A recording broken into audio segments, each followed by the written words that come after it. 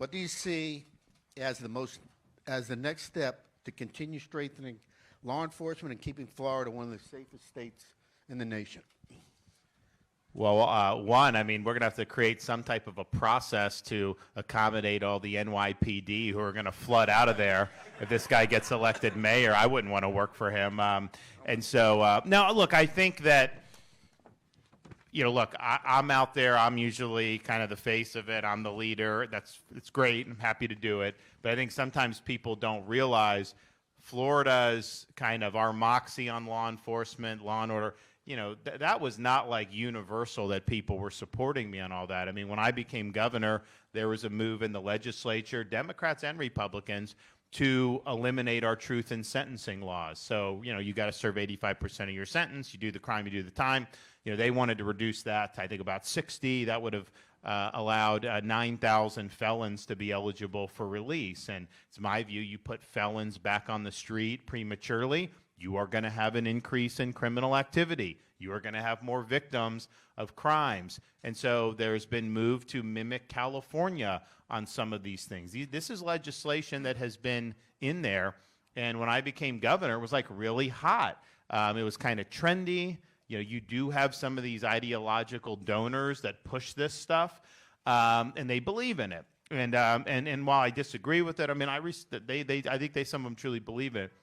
And I just put the kibosh on it. I was like, nope, not happening on my watch. And so we killed that. And I've had to veto, probably about a half a dozen what I call jailbreak bills over the course of my tenure. Not all as dramatic as the eliminating truth in sentencing, not all as dramatic as some of the ones that they wanted to do for California-style retail theft policies and everything else. California, you can steal $999 and you just keep going about your business, and they don't do anything about it. We enacted the strongest string of retail theft laws in the country. I signed those in a couple years ago.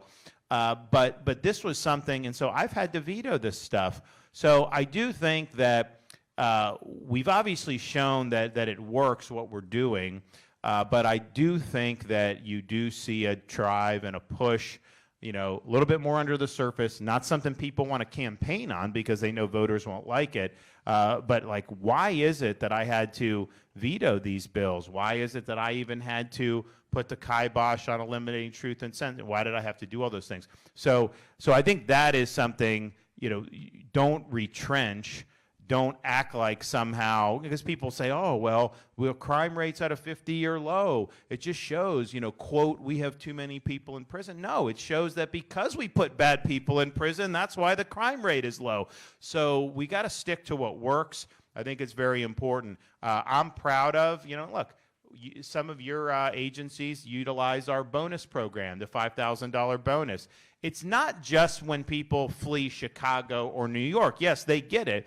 But we give it to the new offer, the young people too, because what I saw during the BLM era and all that was a real, you still see it today, but a real attempt to delegitimize the vocation of law enforcement, to demonize law enforcement. Well, who the hell's going to want to go into it if you're going to be treated like crap, like you are in some of these other parts of the country? So in Florida, yes, the 5,000 is important. People can use that, but it's really a testament that we view this as a noble profession. So the younger people who are doing this have an incentive to go. So I want to continue that. I had to fight in the legislature to keep that going. Everyone has been viewed it as successful. Honestly, it's chump change in terms of the overall budget, and we've got a massive surplus, and we do massive tax cuts and all this stuff. So, but why would we have had to have fought for that? How come I had to fight tooth and nail to get increases for Florida Highway Patrol? I mean, these guys are not paid high enough just to keep them, right? Like, here's the thing, like, yeah, pay more because we appreciate what you do. Yeah, I believe in that. But there's also just the practical thing. You've got to keep these people wanting to come and stay there. They can do so much better elsewhere. It doesn't work. So we did that. I proposed a big increase, and I had to fight. There was no increase with the Florida House of Representatives. So I think that we're a law and order state. We've shown it works. I've been proud to stand with law enforcement, even when it wasn't as trendy, because, you know, during the whole COVID, BLM era, all that, you know, they were basically, it was trendy for these politicians to go squawking against law enforcement. And you never saw that here in Florida, because I understand, you know, how important it is. So just understand this stuff is not on autopilot.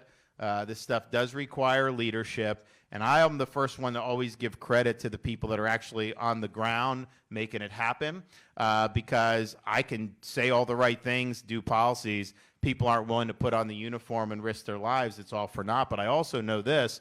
You could be dedicated. You could have great police departments. If you have bad policies where they're kneecapping you at every turn, like we see in other states, I don't care how good you are, you aren't going to be able to succeed under those. So we have a very good, I think, formula here in Florida. We should simply build on that formula going forward, and I think we're going to continue to see reductions in crime, and I think you're going to see Florida continue to be a place where people who are in law enforcement really have high quality of life and career satisfaction. Thank you, Governor.